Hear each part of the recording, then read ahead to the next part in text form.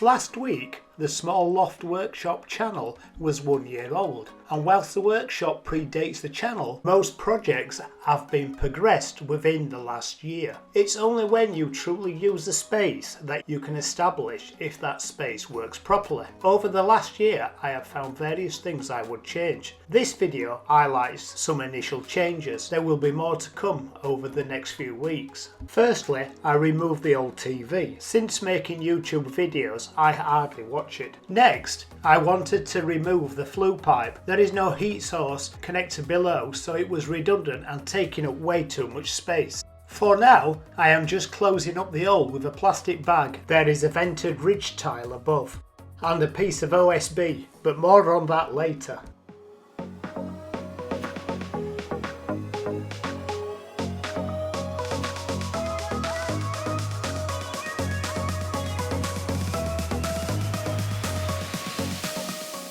Now I wanted to address the issue of grit falling off the underside of the roofing felt. A few months ago I bought some Proplex fire resistant sheeting and I cut the 8x4 sheets up into 4x2s for storage. This product is lightweight, easy to cut and more importantly fire resistant. I also thought that the white would help reflect light around the workshop.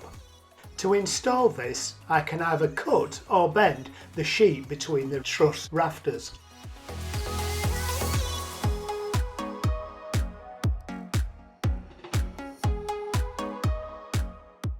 I also got round to removing the old fluorescent tube light that had not worked for years.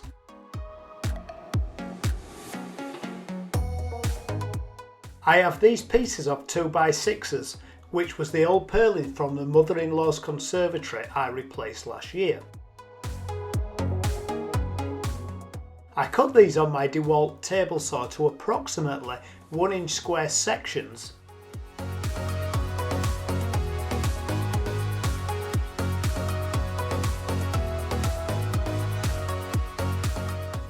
Filling my special joinery slippers with sawdust in the process. These were offered to and marked individually to the truss rafters and then cut on the bandsaw. Took the arris off with my block plane, drilled a pocket hole in each end.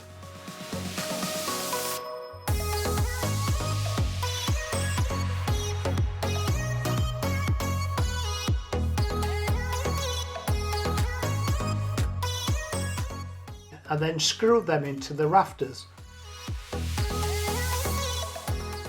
This then forms a friction fit to keep the Proplex in place.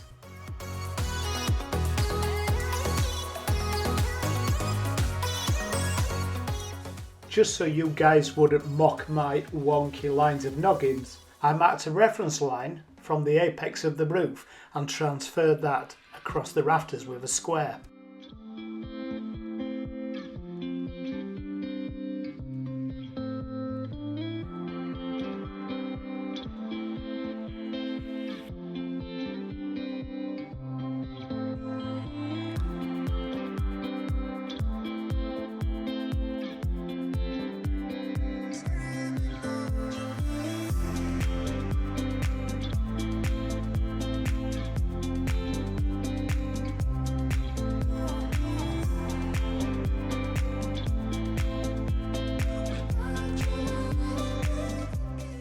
Here I apply the Proplex above the loft door. I experience the same black grittiness on the bathroom floor once the loft has been open. And in trouble for it.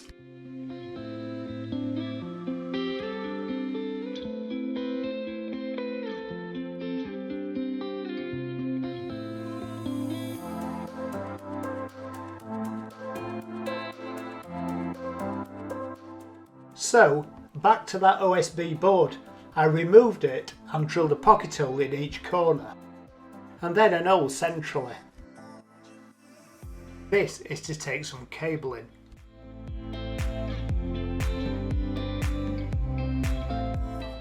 And then a coat of white emulsion at breakneck speed. And whilst I have the paint out, apply the same emulsion at breakneck speed to the brickwork. The final stage is to add more lights. So far I have 3 50 watt 4000 lumen LED at 6000 Kelvin temperature. I prefer the warmer light at 5000 Kelvin, but I think the 6000s are better in the workshop. I bought the same lights that I already had from the same supplier on eBay. I will add a link in the description. Amazingly, according to my buyer's history, they are now cheaper than I paid a year ago. Wow.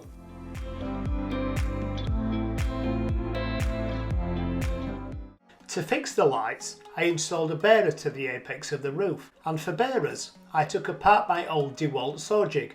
I made this before I had the table or track saw. As well as reusing timber, it further declutters the workshop. These were fixed with the same pocket hole screw method.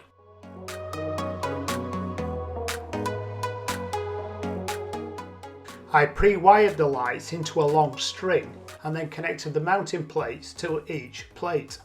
I now have 24,000 lumen of light power. So let there be light. And I have kept the two 5000 Kelvins for some ambient light. And here are some more of my videos.